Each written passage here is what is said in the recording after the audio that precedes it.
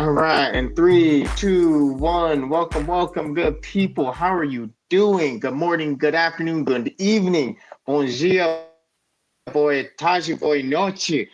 Como você está? It's a special Portuguese intro for UFC 313 happening Saturday night with Alex Poatan Pereira versus Magomed Ankalaev. I am your co-host, the man, the myth, the legend, Mr. Half Man, Half Amazing, the awkward, awesome one, Mr. Main Event, Malik Miles. How are you guys doing? This is a conflict management. We are a MMA show that covers the fights, the news, the fights, and the highlights going on in the world of combat sports. And to the left, to the right, depending on which side of the screen you see us on, my co-host of this podcast. The future Hall of Famer, the one namer, the oracle of UFC business decisions. It's Edon back again, and we're here to preview UFC 313 and talk about what happened last week in the Apex. Yes, and fun fact, it is technically 2:45 a.m. in the morning. We grooving and moving. We moving and grooving. We vibing? It's a good time. What a time to be alive. It This is. We might be got a the lot of stuff to talk fastest about. conflict. Second. This might be the most packed and fastest conflict management in history. Yeah, I actually, because there was some things I was gonna bring up. Mhm. You know, how do you feel about this main event slash? What are your thoughts? So I think this is an almost can't lose situation if you're Alex, because the only way that Ankalaev is going to win is by lay and pray. And so if you're Alex, either you win in spectacular fashion, or if you lose, the other guy is getting booed out of the arena, and you get to move up to heavyweight if you so choose. So Alex can't lose no matter what happens. Um, I think that Ankalaev is going to attempt to to to strike, to stand and fight, and I don't see that going well. I think he might get an early takedown, maybe, and make it to the second round. But I think in the second round, Alex will set him up with something. He'll hit a knee or an Mhm. uppercut or something like that, and Uncle Ive will lay there stiff, and then we'll get the announcement that he's headed up to heavyweight to face the winner of John Jones versus Tom Aspinall, hopefully. Yeah, I. I've been seeing this narrative that's been going around that, or like the frame. Everyone's framing this as like a striker versus grappler matchup. Alex Pereira, the striker, versus Magomed, the grappler, the wrestler. And I feel like some people have been kind of like framing him as this like 205 Khabib, which I feel like it isn't. Just in my personal opinion, I feel that I think there's a difference between wrestlers who can strike, like Gaethje, who's like a Division 1 All-American wrestler who can throw down, right? And like whatchamacallit, Renya Nakamura, guy who's going to represent Japan's national team at the Olympics for wrestling, who's got a lot of knockouts, right? And then strikers who can wrestle. And that's where I put Ankalaev. That's where I put Magomed Ankalaev, is a striker who can wrestle, just because Magomed Ankalaev doesn't consider himself a wrestler. He considers himself a kickboxer. And even over his last 8 fights, which I think is like 20, over his last 8 fights, he's done like 26. It's like 20, like his last 8 fights, right? He has landed Guess how much takedowns he's landed in his last 8 fights. Take a random ballpark number. 2. You're very close. 4. Oh. Well, I figured it was Like, low if if it was remarkable. right? That's so insane. And then 2 of those takedowns, technically, right? Because technically 2 of those takedowns came from the Blachowicz fight where he was shooting out of desperation because Hmm. Jan took his legs, like his calves were destroyed. His leg was destroyed and he couldn't really stand on it. Where like if we look at the last couple of fights, right? Against Rakic, right? 0 takedowns. Johnny Walker, 0 takedowns. Jan Blachowicz, 2 takedowns after his legs got destroyed. Against Anthony Smith, 0 takedowns. Thiago Santos, 1 takedown. Volkan Ozdemir, 1 takedown. Ian Kutalaba, 0 takedowns, right? Hmm. However, I think everyone's saying that, like, oh, he needs to wrestle to win. He needs to wrestle to win, right? But I feel like he has, even though I think Alex will win in the end, I'm saying Alex by knockout in the 4th round. But I think Magomed actually has a better chance on his feet than he would on the ground, right? And the reason I say that is when you look at Magomed's like stats, right? He has 7 knockdowns, right? 7 knockdowns and has like the 4th most knockouts in like light heavyweight history, which is like at 6, right? There's nothing exciting or impressive about Magomed Ankalaev's fight style. There's nothing like there's nothing really like razzle dazzle. There's nothing really sexy about the thing. He will just bread and butter you to death if you let him, right? But like he's on an 11 fight win streak. But when you look at his 2 of his last 5 fights ended in a draw. Hmm.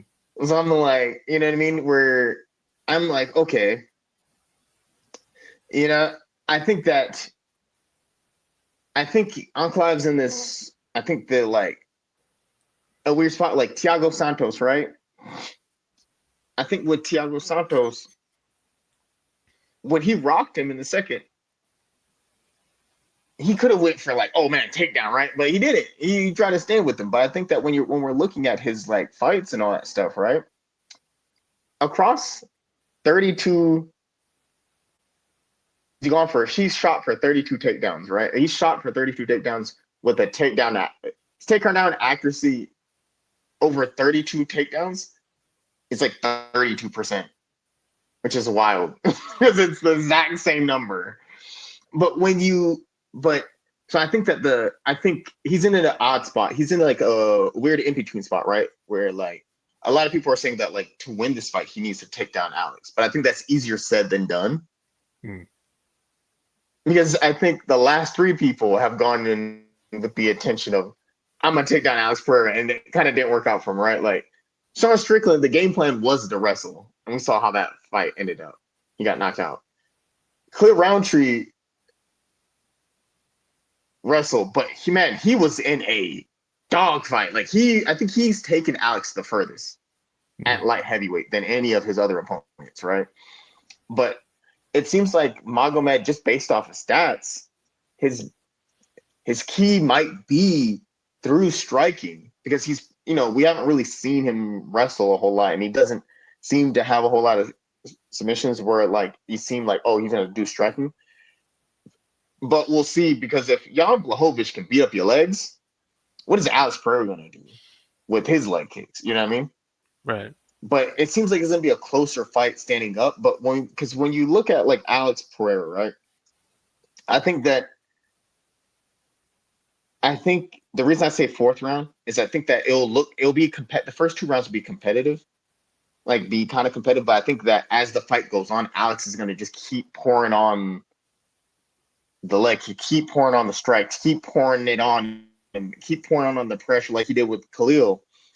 Because we've seen Alex go into the 5th round. I know some people be like, "Oh man, this and that," but when you look at Alex, right? This is wild. He's the 2nd person in UFC history to get to 4 title defenses in under 330 days. That's wild. You know what I mean? Like in 3 years' time, this dude has knocked out 4 champions 5 times and won 2 different belts. Like this man's got that Fist of the North Star Kenshiro death touch, just one hitter quitter. Because I saw on the thing that like they were fighting and someone was mentioning that, oh man, Magomed was like, yeah, we know Alex doesn't think we know, but we know about the left hook. It's like, bro, anybody who watches combat sports knows about the left hook. We all know it's coming. And I think that like Alex's striking is every fight starts on the feet, and I think that Alex's striking is a bigger threat than Magomed's grappling, in my opinion. And that's why whether it's the leg kick, that teep, the head kick, the left hook, he has so many dangerous weapons that I think that I don't see how Alex loses this fight. In my opinion, I think if it's on the feet, Alex is winning this fight. But also, he's a very hard person to take down because he's a big guy, big frame. If you're Ankalaev, you're gonna probably want to like, if you're gonna go for a takedown, kind of get up close, wrestle him around his body, and like kind of like hope he makes a mistake, and then you go there. But if you're Alex, get that wizard, get that, you know what I mean, and kind of will get him off you. But which one do you think is a bigger threat, Ankalaev's grappling or Alex's striking? I think Alex's striking could end the fight. I don't see Ankalaev's grappling ending the fight. I think if he grapples and wins, I think it'll go to decision. So it's yeah, I'm with you on Alex. What do you got on the co-main? It's a rematch, short notice. Justin Gaethje, Rafael Fiziev. So one really quick thing on the Alex Pereira thing. There's one point that I wanted to bring up that I thought was really fascinating. When we're talking about striking accuracy, Alex Pereira's striking accuracy is 63%. The UFC average is 42%. That's crazy work. But the co-main event, I like both fighters. And as we know, Justin Gaethje is known as the human highlight reel, favorite fighter's favorite fighter. 20 of his like 25 wins are by knockout. 13 straight performance bonuses in 13 fights. Rafael Fiziev has 6 straight performance bonuses, right? 18 knockouts. But while the first fight was a close fight, I think Fiziev, I think there's pros and cons on both sides. I think Fiziev gets it done just because when I look at it, right, Gaethje is 37, right? He's 37. And I think after that last fight at UFC 300, when he got like, he had that 300 loss, that knockout of the year, knockout of what, I don't know, the millennia, because after taking such a heavy knockout loss, and he's been through a lot of wars, I wonder what's the mental aspect of it for him going into this fight, right? Because he was originally supposed to fight Dan Hooker, which was going to be a banger, right? Like a full fight of the year type thing. But on 9 days' notice, after you just went through this like war with the other guy, to like willingly jump into the fire in your first fight back against a guy who you just had a war with, I think that's I don't know. I wonder where he's at mentally going into this fight, because I think physically he'll be on point. It's just the mental aspect of like, after a crazy fight like that, instead of just kind of Justin Gaethje knocking out like dip his toe in the water. He jumped full back into the deep end. And then with Fiziev is 31, technically 32 because he just had a birthday. 32 versus the 37-year-old just Gaethje. Even though he lost the last one, he's coming off of a like healed up knee injury. I think that like I think the questionable thing is after that knee injury, okay, 9 days notice, they call you, hey, can you get up off the couch in like 9 days? I think that's gonna be kind of like a not even a real fight camp because just Gaethje had a full fight camp. Fiziev really just had enough time to make weight. So I'm like, okay, you get that loss, you get that. I think it's gonna be a good fight. It's gonna be a big fight, but I think the Fiziev kind of gets scratches out the decision for that one. What about you? Yeah, I'm with you. I think it'll go to decision. I think after the Max Holloway fight, I have a bad feeling that Justin Gaethje might never be the same again. I think that's one of those beatings that changes you, unfortunately. So I think at this point, 32, Especially at 37. it's Fiziev in a rematch. He won't do more damage necessarily in terms of when you're just looking at them after the fight. I think Gaethje will land the harder punches, but uh, I think Fiziev will be faster and touch him more, and I think he'll get the decision.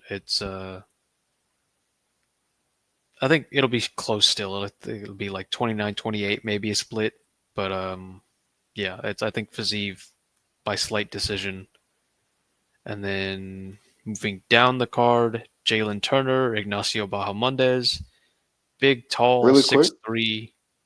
Oh, yeah, go ahead. um, one thing I thought was fascinating is that Justin Gaethje said he plans on returning to the World Series of Fighting. Justin Gaethje from earlier in his career, and I was like, okay, I wasn't sure how to take that. I was like, so does he mean he's gonna try to add more firepower to his shots, or does that mean he's gonna like add in more leg kicks, like kind of pouring on the leg kicks in the fight? Because, whew, man, that's gonna be a. I'm curious what that's gonna lead to. But yes, Jalen Turner, Ignacio Bahamondes. Jalen Turner is that's a veteran, you know what I mean? And then also to be that tall and rangy for that weight division is impressive too. Always game, got good striking, got good grappling, got good jiu-jitsu. Bahamondes is coming off that finish at UFC 300. Then he had that wheel kick against Rowe, like which was spinning wheel kick against Rowe, which was insane. I think this is gonna be another really exciting fight. I think potential. I think that, but I think this will be a really hard test for Ignacio. The Ignacio. I don't know if if you got that reference. Nacho Yeah. Libre. Uh-huh. But yeah, I think this is big because if I'm not mistaken, he is the biggest fighter from Chile, the biggest fighter or like the most well known. And this is a big moment for him fighting Jalen Turner. It kind of really kind of like it'd be a good litmus test for him to see kind of like, hey man, I'm really out here doing some things. And then also for Jalen Turner, this is a big moment for him to kind of like step in and be like, hey dude, his levels to this. So I say Baja Mondays by second round KO/TKO. What do you have? I'll go Jalen Turner by decision. I'll go. I'm a big believer in Jalen Turner's talent. He hasn't always been Same. consistent and showed it, but I think he's got enough at 29 now for Ignacio Bahamondes. Yeah, this is a big step up in competition for Bahamundes because again, the striking, the grappling of Turner, the creativity, the flow, man. Yeah, that's gonna be a big one. And then King Green versus Mauricio Rufy of the Fighting Nerds. Who you got? What are your thoughts? Um, I like King Green as a personality, um, and how honest and forthcoming he is about where he's at mentally and kind of the raw experience. Like I think guys who are giving it to you exactly how they're feeling and what they're going through. King Green is one of the realest in the sport. Uh, Unfortunately, I think he's a veteran guy who's kind of starting to head on that downslope. And Mauricio Hoovy is a young up and comer, and the young eat the old. This guy's on a run. He's ready to go. He's in a great camp. It's Mauricio Hoovy by, I'll go TKO round 3. I second all the things you were saying about King Green. Is that like, yeah, he's a real one. Like he's a I'm a fan of his. I like his fights. I the like him. He's a cool dude. Uh, cool thing I found out. I think I'm trying to like do some research and looking it up. Did you know King Green has the most significant strikes and most total strikes in lightweight history? He has over 2,000 strikes landed. He's the only lightweight with over 2,000 strikes landed. That's a crazy stat. I mean, that means that man getting busy. He's putting in work. He's out here giving people the ones and twos, giving them the skippity paps. You know what I mean? Uh, the only other person close to him is Jim Miller with 1,700 strikes. The again, I feel that Bobby Green is such a tough fighter to kind of like get over, get past. But Mauricio Rufy, the momentum the fighting nerds have been on, and then him himself, I think 4-0 in the UFC, uh, all by a finish. He's a decade younger. He's got a 5-inch reach advantage. I'm curious to see how I think even it's tough. If there was one that I could pass on, I think I would try to be like, pass. I think Mauricio Rufy first round, because while I think King Green got the striking, it's and he's shown that he has grappling and jiu-jitsu. I think that just the momentum the fighting nerds have been on has just been phenomenal. Like 11, actually, not 4-4, no, 11-1, 10 KOs, 7 of those 10 have been in the first round. History shows that he probably is going to keep going.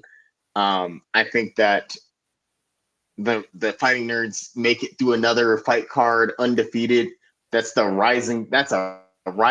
Anyone who doesn't know the fighting nerds, they are a rising super team coming up out of Brazil. That him, Gene Silva, uh, Carlos Prates, Kyle Bahayo, all undefeated, all are like trying to get ranked. I think that it's so crazy if they're all have exciting fight styles. They're all like charismatic, good on the microphone, cool dudes. Fun fact: did you know for the fighting nerds, if they all lock up a belt, they all get a belt. They will lock up 4 of the 12 divisions at one time because Kyle wins. That's Kyle at middleweight. If he wins, that's the middleweight belt. Carlos Prates wins. That's the welterweight belt. The I believe next is would put Mauricio Rufy at lightweight. I believe that would make him the lightweight champion, and then Gene Silva is like featherweight. Mhm.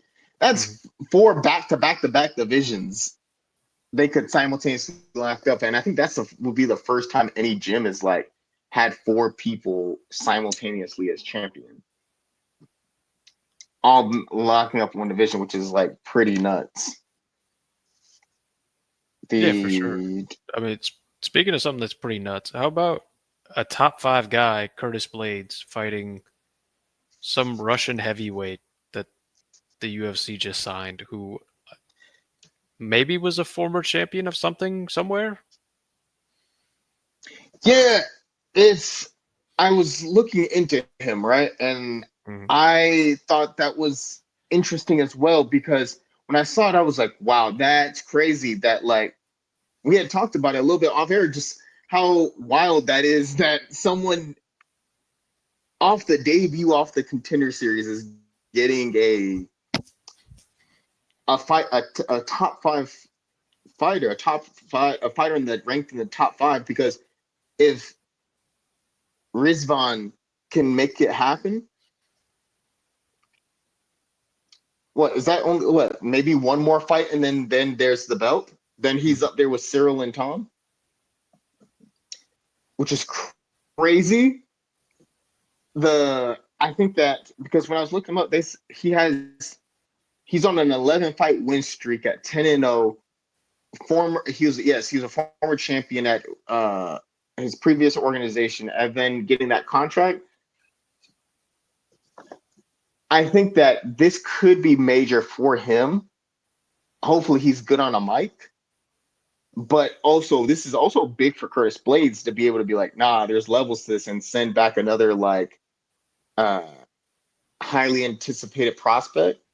But yeah, that's but shout out to him for being a warrior though, because I need to get that call and be like, hey, we got something for you, but then they're making their debut today. That's I feel like a lot of pressure to a degree. Yeah, for sure. Like all that being said, Curtis Blades by KO round 1, maybe some ground and pound, Absolutely. or just like an overhand right. It's I say round two, but yeah, I think he gets it done. I think because remember when Jelton Almeida was surging and he went against Curtis Blades, and Curtis Blades said, "Nah, fam, hold my beer." And then we have there's one more I want to talk Joshua Van about. versus. Yeah, Hmm?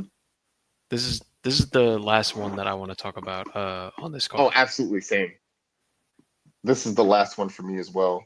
Like Rei Tsuruya from Japan, another undefeated Japanese fighter. For like 8 years, we didn't have any Japanese fighters in the UFC. I feel like it was like now with Rei Tsuruya, Renya Nakamura, Tatsuro Taira. This is gonna be the next wave, fighters to kind of put on. Uh, really good submissions, got good grappling. He's going against a really tough fighter in Joshua Van. I do think that this will be a tough fight for Tsuruya and also his biggest fight to this point, the toughest challenge for him at this point.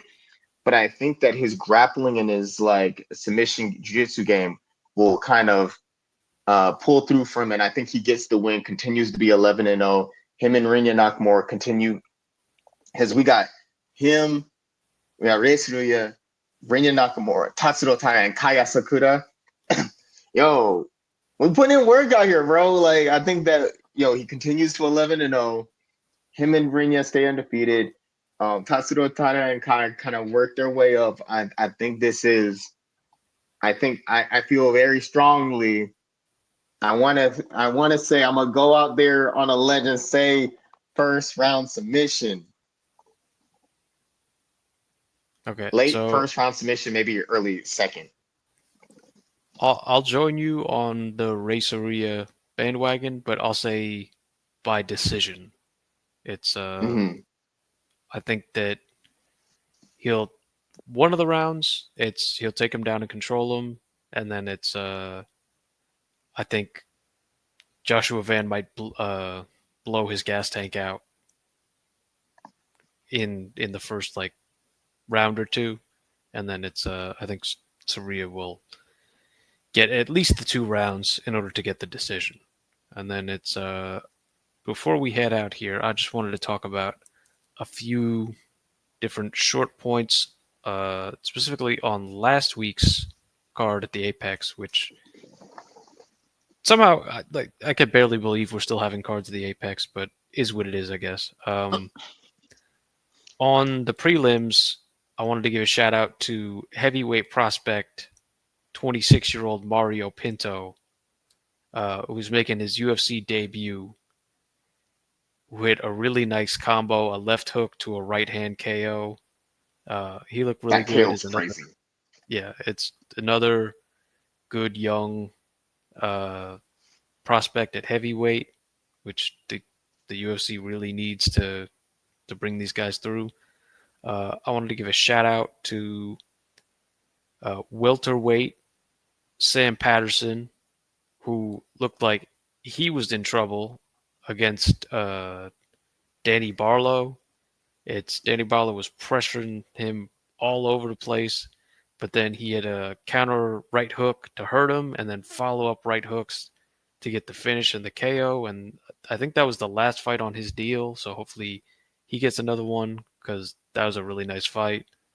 Um, and then in the main event, Manel Kopp put on a show. I know, like eye pokes and all that.